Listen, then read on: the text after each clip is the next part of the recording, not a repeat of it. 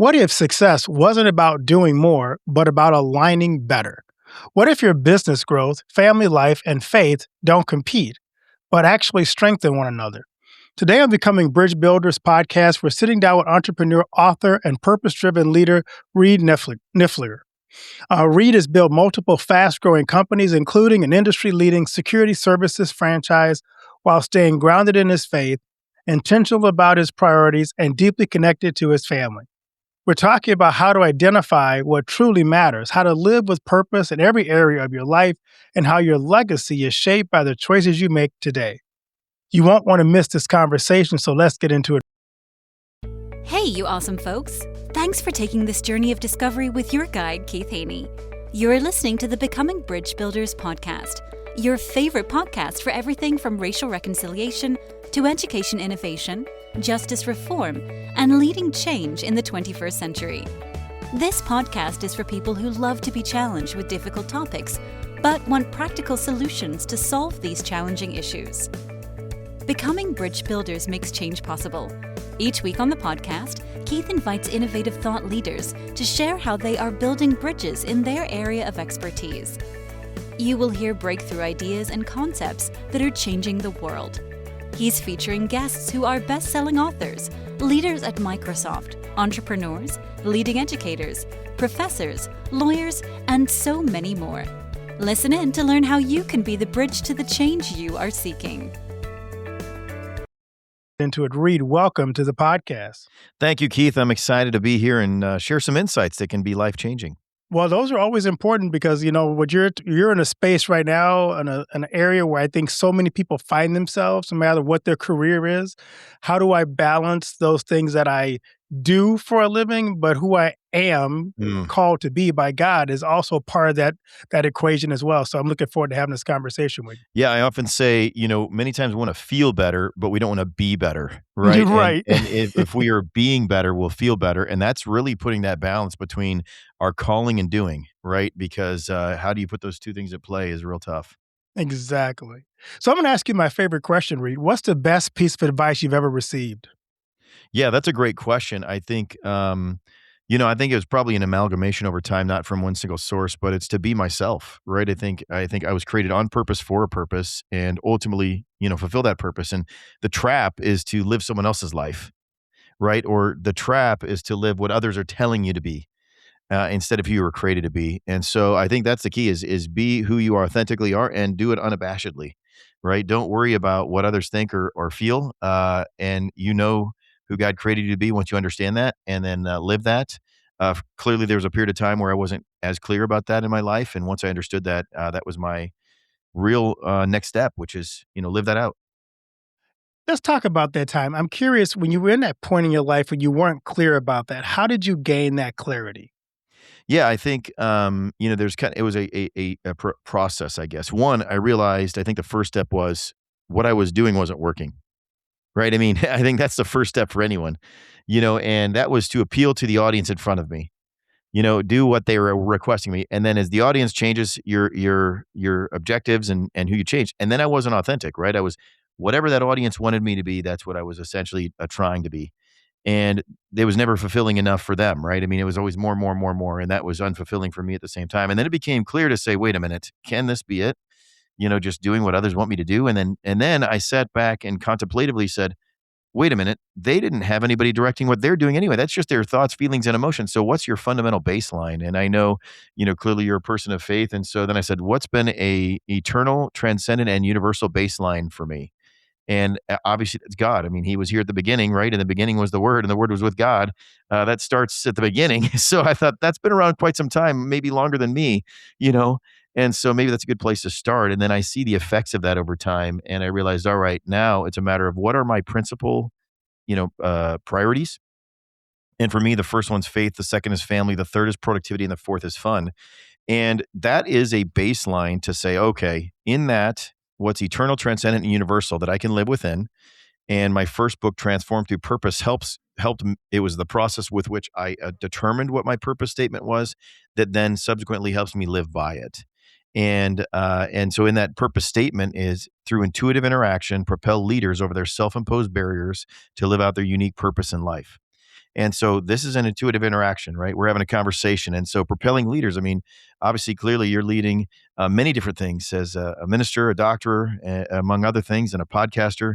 And so then propel, I don't think you have a lot of self-imposed barriers. That's just my assumption here. But at some point you probably did, like I did. But I know your audience may. And so that's where we then help them live out their unique purpose, right? So that they can be effective in who they're doing, who they are and what they're doing and the impact they're having. And so then it's a matter of balancing that time, right? And so I know to maintain that purpose, I can't do anything that disrupts my relationship with God. And so I schedule my time there first.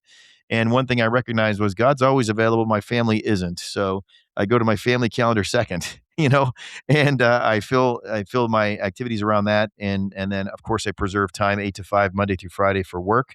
And that's productivity that affords me those opportunities. And then finally is fun. And I think many times our priorities are really illuminated by our schedules. And our schedules would say we have a different priority than our stated priorities. And so I try to maintain the two, right? Are my schedule and my stated priorities aligned? And is that alignment in accordance with my purpose, through intuitive interaction, propelling leaders beyond their self-imposed barriers to live out their unique purpose. And so that's really pulling all those pieces together, knowing my purpose and scheduling my time in accordance with my priorities to fulfill it. I want to ask you because I'm dying to know how you do this. I love this term intentional living. Mm-hmm. As someone who's built multiple businesses and written a lot about intentional living, what does that look like and how do you do that and kind of accomplish what we would say is successful entrepreneurship as well in the middle of all that?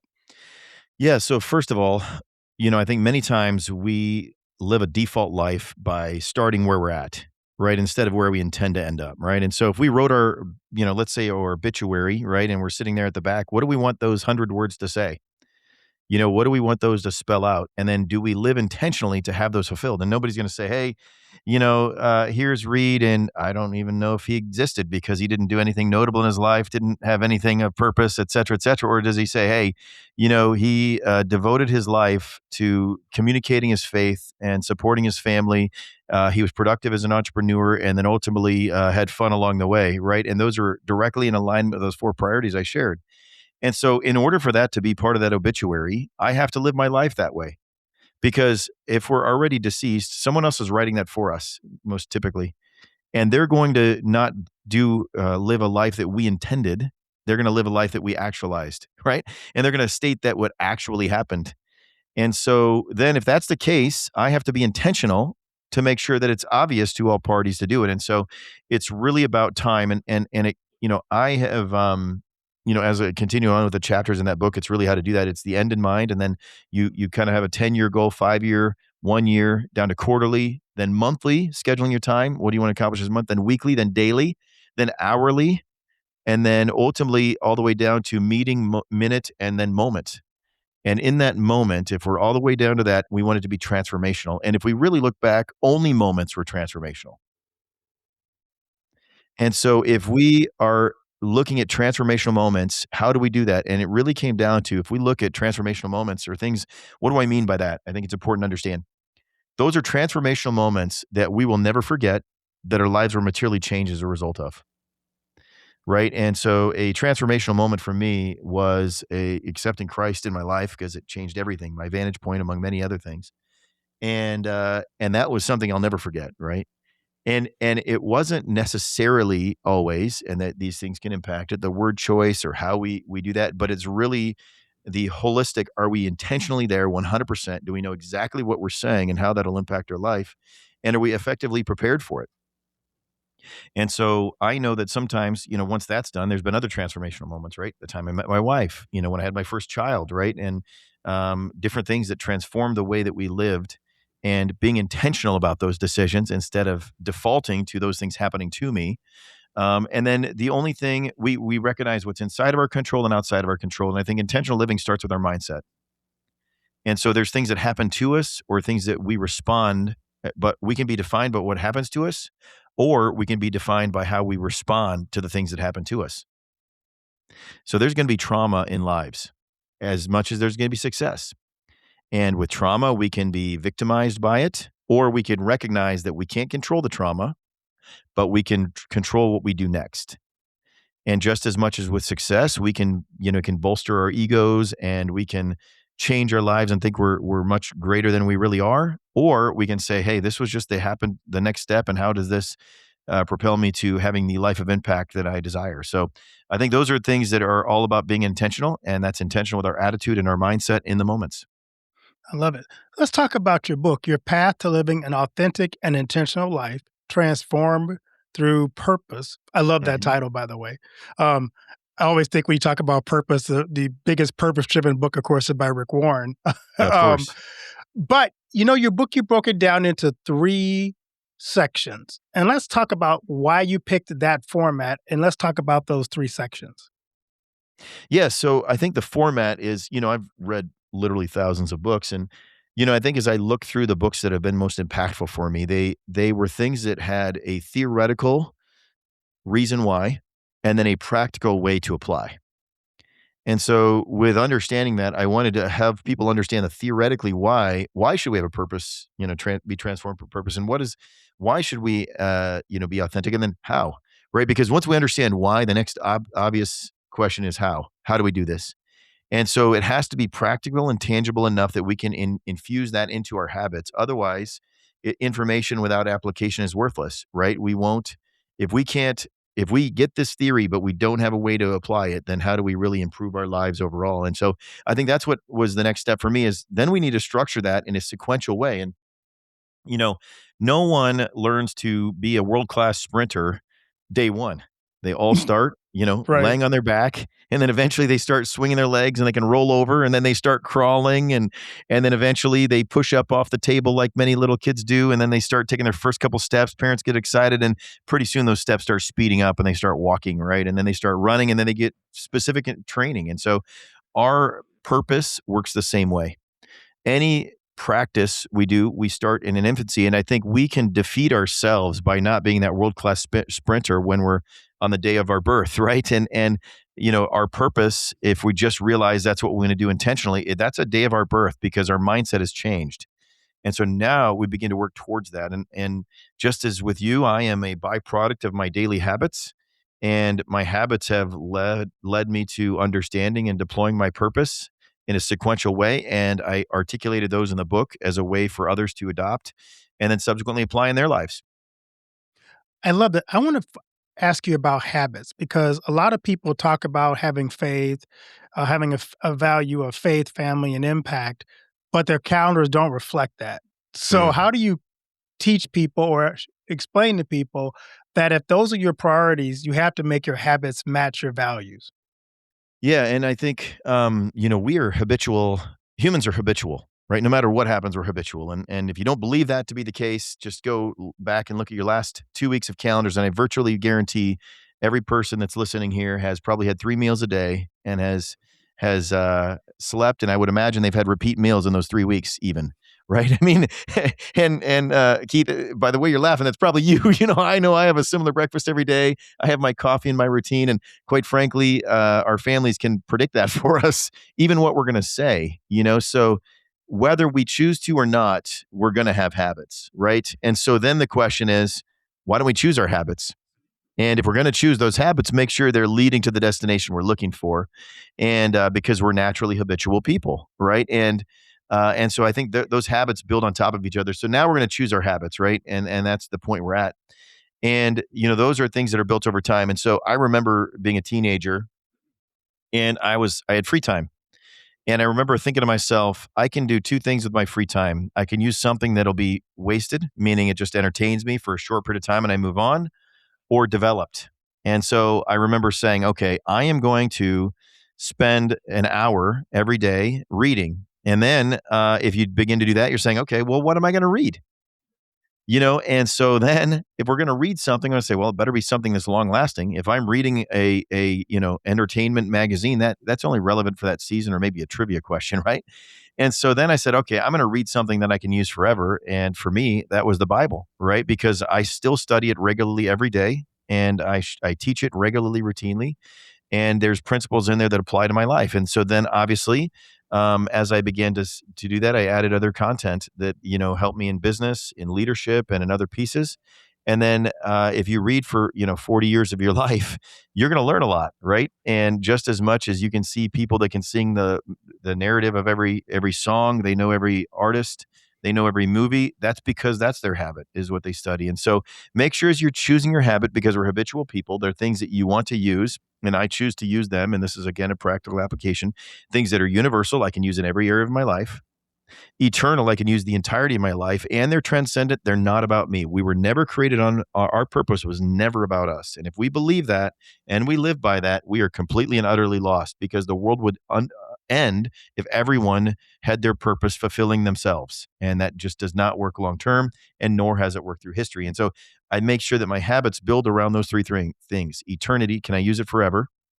Transcendent, it's not about me. And then universally, where can these habit and what I'm spending my time with be used in every area of my life? Work, family, faith, you name it, right? Wherever I'm at. It's obvious from talking to you that your life and your leadership are clearly grounded in your faith. Mm-hmm. How has your faith shaped the way you make decisions, especially when the stakes are high? Yeah, I think in every way, right? In fact, much of my decision making and even approach are based upon biblical principles, right? So, one of the things I really integrate a lot of storytelling or narratives or examples, and that's exactly what Jesus did. And then even in a sales approach, I meet them where they are, right? Not where I want them to be. And if you go look at how he approached people, he met them where they are, and he would always answer a question with a question. Not always, but most every time. Are you the Son of God? Who do you believe that I am? Right? And he answered that back. I mean, you just go look at those things, and I realized that why. And so let's take and unfold those things. One, he meets them where they are. Why? Because he was the person that had universal understanding. So as a leader, I can operate at many different levels, right? I was an associate. I worked at a very frontline role in construction roles, you name it, waiter, everywhere. But and so I can identify with those because I've lived that life, right? But many people can't identify of a CEO of a multinational organization, right? So I can come down to where they're at, just as I learned. Second, when we make a statement, people are listening to agree or disagree. But if we ask a question, they're thinking about their position on that question. And then we really get to know them as a result. And so that's why I ask questions, right? And so again, just always love to get the practical in here. But if you're someone that always makes statements, the first tip is, how can I phrase this as a question? And just see how the conversation changes. See how the relationship changes. If I'll give a great example of when I was a child, or when my daughter was, I have 4 children and one's now 25. And when she was 1.5, maybe 1 years old, my wife goes, hey, go brush Emma's teeth and go have Emma brush her teeth. She said it actually, go have Emma brush her teeth. And so I go in there and I go, here, let's put the toothpaste on there, start brushing her teeth. And she's, screaming and yelling and arguing with me and all these other things, as 1-year-olds might do with their 2 teeth. I'm like, Right. And my wife's like, you're doing it all wrong. I'm like, pretty sure I know how to brush 2 teeth. I mean, I'm in my mid-20s. I got this figured out. All right. And she goes, no, you're doing it all wrong. I'm like, okay, what's going on? She goes, Emma, who do you want to brush your teeth? Daddy or you? And she goes, me do it. Like, perfect, even better, And it was that statement. I'm like, we're going to brush your teeth. And I was trying to get, kind of command and control in that area. But if I simply had a question, I mean, there's 2 teeth and they're baby teeth. So worst case scenario, they fall out in a couple of years. How wrong could this go? Best case scenario, she got them cleaned anyways. And there was a couple of teeth in there. But really what it taught me was give people a choice. And then they'll make a choice. And if they make that choice for themselves, they're going to be passionate about it. And so how do we do that? We give them a question and give them an option of both of which we'd consider. And so those are just examples of how we can use biblical principles and apply that in a practical way, even if it doesn't seem relevant. And another really important example with regard to governing decision, we look at history. And the word history is his story. And so, the Bible is a extended narrative. And I studied the geography of it all. Where was it happening? Why? Because that gives us context. I study the characters and the lineage of Jesus and those who were supporting it. I study the decisions of the kings and the leaders that were all the way infused in that. Why? Because throughout that was an established culture that people live in. And I am building that as a leader in a business. So I have to understand the long-term implications of the short-term decision I'm making, because I can see that interwoven throughout, because there's good leaders and bad leaders in the Bible and in life. And those things will definitely help us understand that. And so that's why I study that, and it impacts every decision I make, because I look at the long-term effect of those decisions, because I have the benefit of studying the Bible and seeing the long-term effect of decisions they made. I love it. I love talking to business owners because I love to ask the question, especially those who are faith based. How does that impact the way you make decisions about your company, the way you make decisions about your clients, your product? Just kind of walk me through as you're leading an organization as a Christian, how does that impact your day to day operations as a business person? Yeah, first of all, that I think any business, any person has credibility based upon trust. And the fastest way to erode trust is not to is to be hypocritical, essentially. That you say you believe one thing, but you act in another way. And it is a quiet way to lose trust, because if you're saying something and they don't see that in your life, and so I try to, and of course, all of us make mistakes, and I'm not saying I'm perfect by any means, but at the same time, is I am going to make a decision that will honor my faith first, even if it may not be profitable for my business, which is my third priority. So again, I am going to make sure that the decision is God honoring. And there's definitely been decisions in this business world, and I remember them distinctly, and it's probably not necessarily contextually appropriately to share, but that were questioning my faith and ability, and they would have been profitable decisions to be unethical. However, I decided, you know what? I am going to sacrifice X number of dollars because I don't want to be associated with unethical. And I can tell you that paid 10 million fold. In the moment, that did cost me, let's say $10,000, and obviously much, much more many times. But over the long term, my credibility, the trust that I engendered with a team, seeing that, and maybe this is a good example. I remember an employee of ours that was here, and he was at work, and his children were driving to they were going to start school, and so one of his sons was 15 and needed to get a physical before school. They were driving. They were at a stoplight, and a truck ran and ran over the car, killed two of them. So two of his four children were deceased in the moment, and he thought he was going to lose all of them. And my decision was to let him go and work through that for 6 to 9 months on full pay. And they're like, no, you can't do that. You got to offer that to everyone. And I said, we can't afford that, whatever the case might be. I said, I don't care. If that's what takes us down, is me being a human and recognizing that someone had a very traumatic event that was totally outside of anything that was within their control. And I think what happened, in fact, the HR individual at the time was saying, you can't do that. We have to offer that to everyone. And I said, if they come to me and their two children were deceased, I'll offer the same thing to them too. And I think, of course you can go by the letter of the law and whatever the HR requirements are. But at the same time, as my faith would say, hey, this is what I would say is appropriate in the moment. And that cost me thousands of dollars. And at the same time, in the result of that was it established tremendous trust. That was 7 years ago now. And obviously over that period of time, the trust has exponentially paid itself back in time. And it doesn't even need to be money. Wow, that's a powerful story. That's a prime example of how you not just talk about faith, but you live it out in real practical ways. Mm-hmm. Yeah, he in fact created a philanthropy afterwards that we donated to honor his family, his children, and went through it all. And he even and his wife, who were dear friends of ours, tell their story regularly. And again, I think we weren't a part of that story. We just gave them the opportunity to work through it, right? I mean, the part that we played is there's a job here for you when you're ready. And sometimes going back to work is the best thing you can do, but now is not that time, and that was a period of time, and it was super traumatic. But obviously those are things that conflict with the business sense, because I needed someone to do that role and someone to fill that in. And then you wanted to be fair to all your employees, but my faith superseded that decision. So tell us about your other book, Lead Exponentially. Yeah. So the first book is really about leading self well, right? And it's how do you lead yourself well?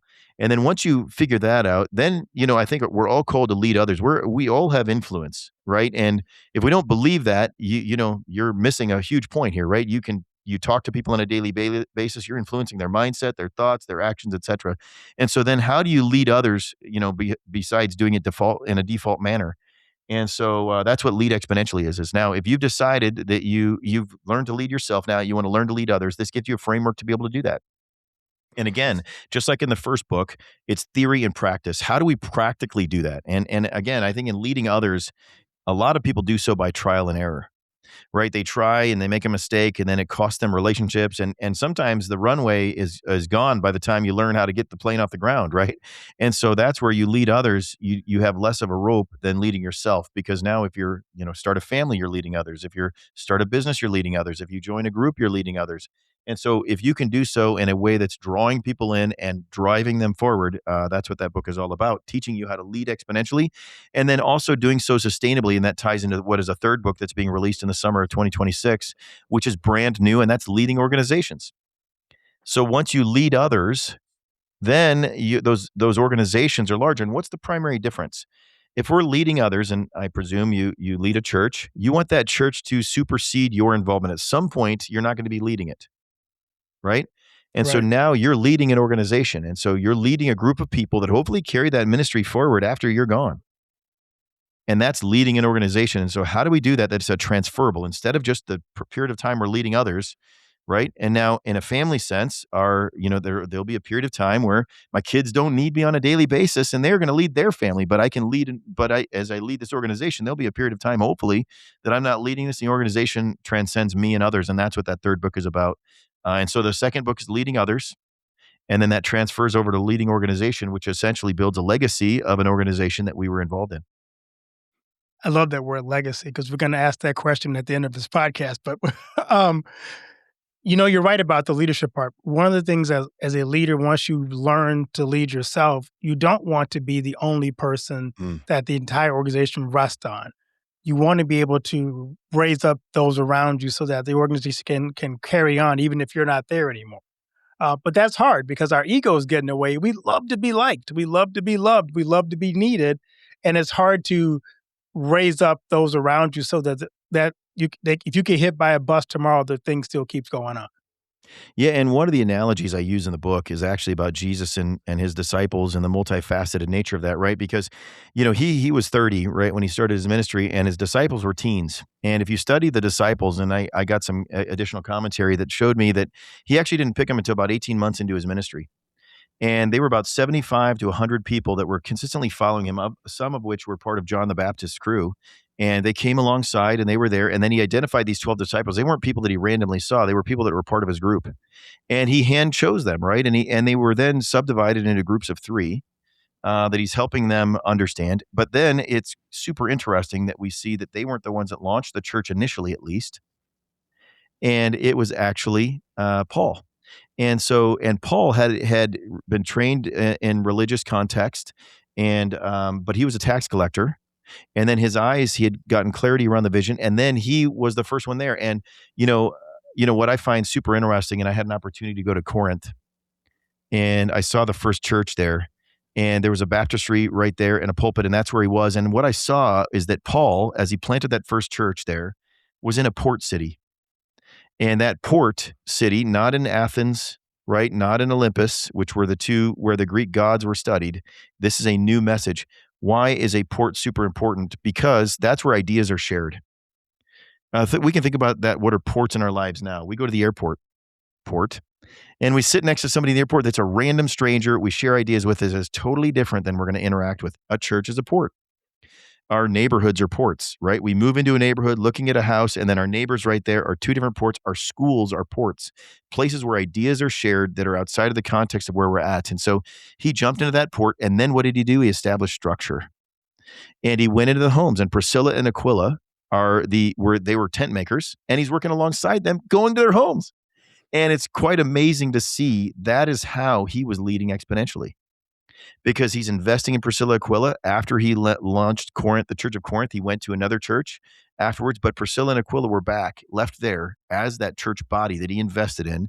And that's how he led exponentially, right? And that's an example of multiplying that, because if he were just a missionary that was there and then didn't leave any transferable organization behind, then he would have gone to the next one and it would have been long since gone. And we would never heard of the Church of Corinth that he was writing a letter to before.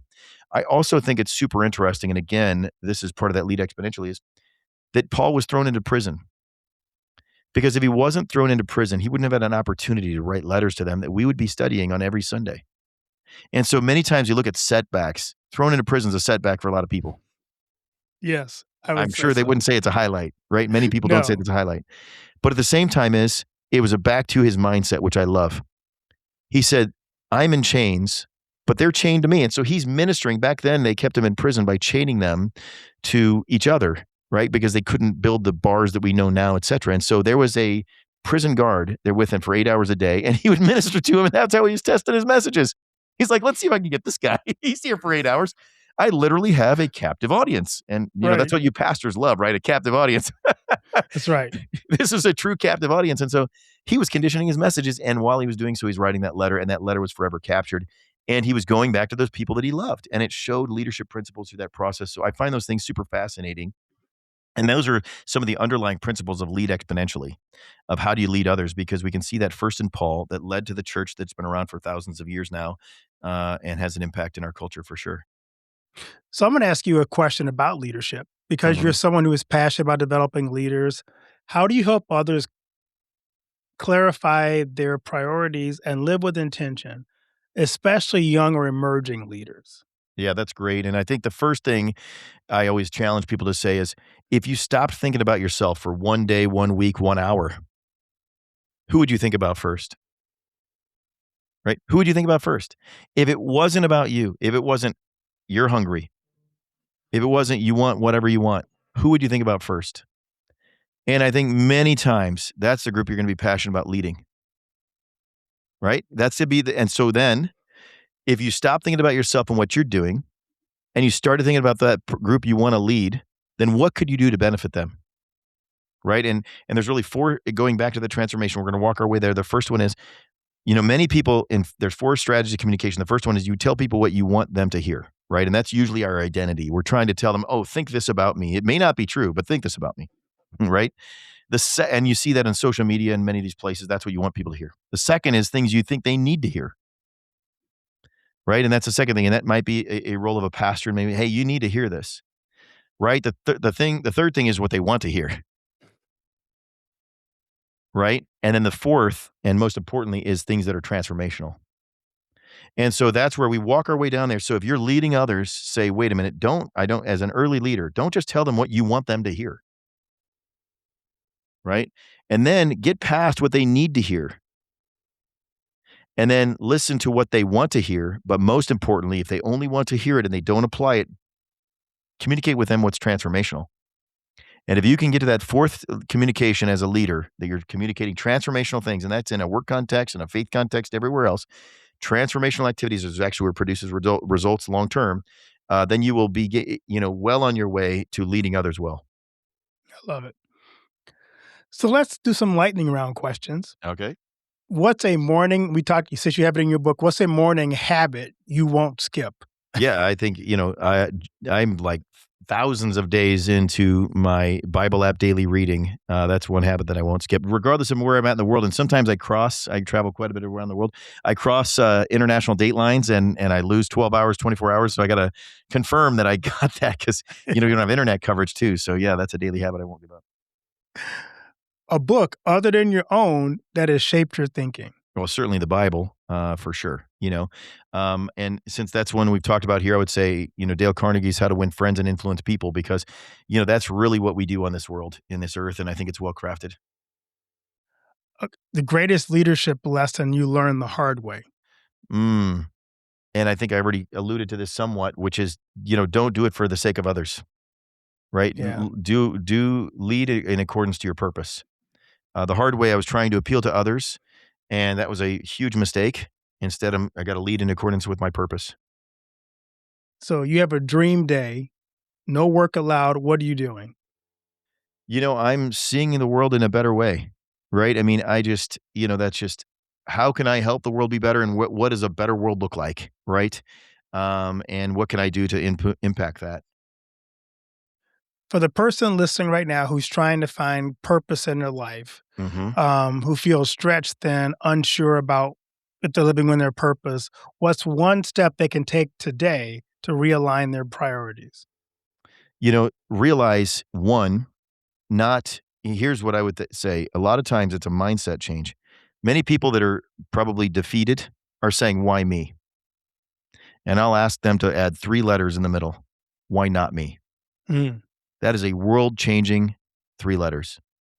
Because why me is victim, why not me is victorious. And so when I started my first business, I said, why not me?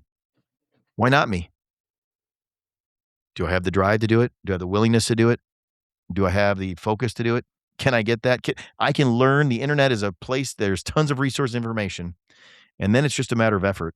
And so am I willing to do it? Why not me? And so the first thing I would tell them, why not me? Just take that why me and put a not right in the middle. Why not me? And what you'll find is every reason you come up with, you can overcome.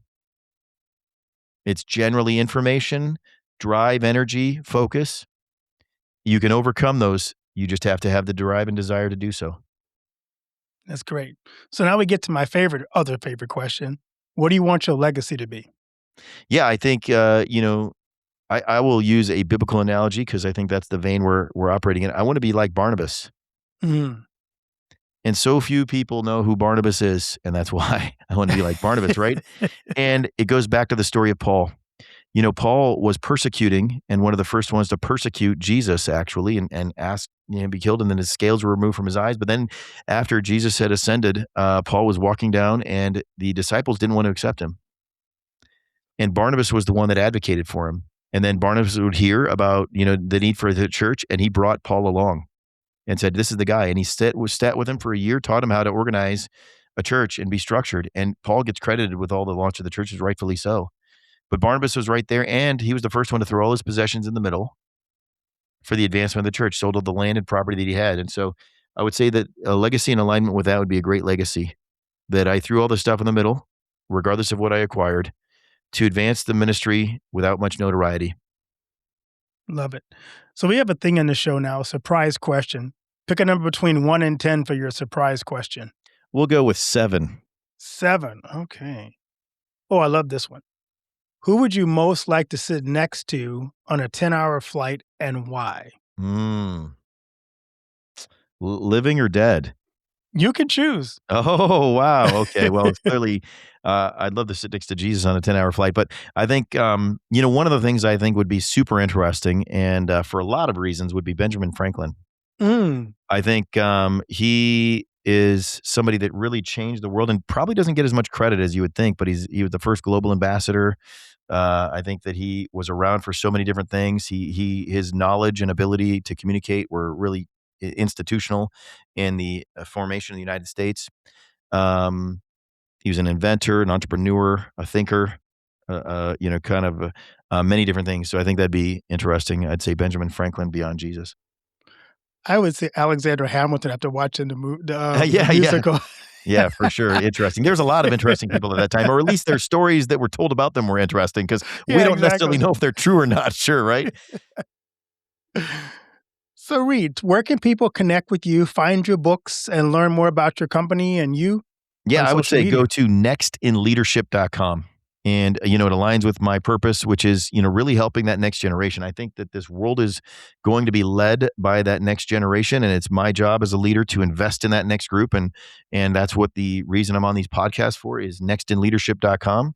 They can go there, they can take a quiz and kind of see where they're at in their leadership journey. They can develop and learn how to lead themselves better, others, and organizations better. This podcast will be there as well as a place for them to find that and learn more content. But that's where they can find me as well. And they can reach out directly if they'd like and learn really about leadership. But I really want to just encourage them in their leadership journey. That's my goal and my responsibility, and in whatever way that I can. That's powerful. Reed, thank you for sharing your wisdom, your story, and your heart with us today.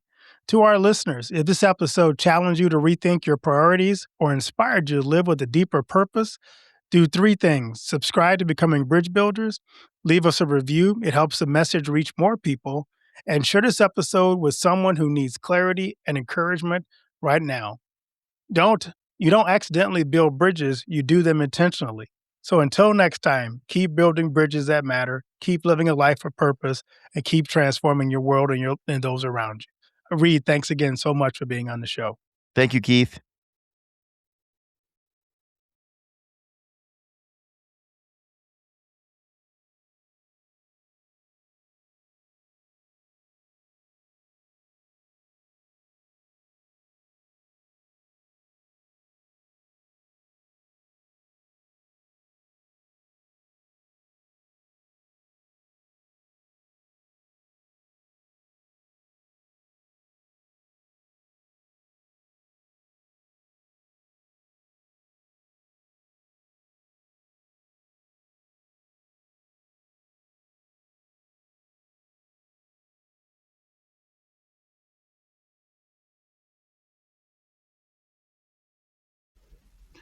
Do you know that most entrepreneurs hit a revenue ceiling and have no idea why?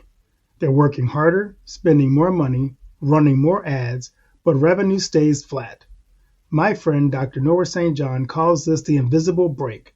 He's giving our listeners a free revenue ceiling audit to help you see what's really holding you back. You'll get a free 30-day membership to NoahBot, giving you access to Dr. Noah's 30 years of experience to help you reach your next level. But hurry, because there's only 50 available this month. So if you're tired of being stuck at the same revenue level and want to finally break through, get your free revenue ceiling audit at drnoahvault.com in the affiliate link that'll be listed in the show notes.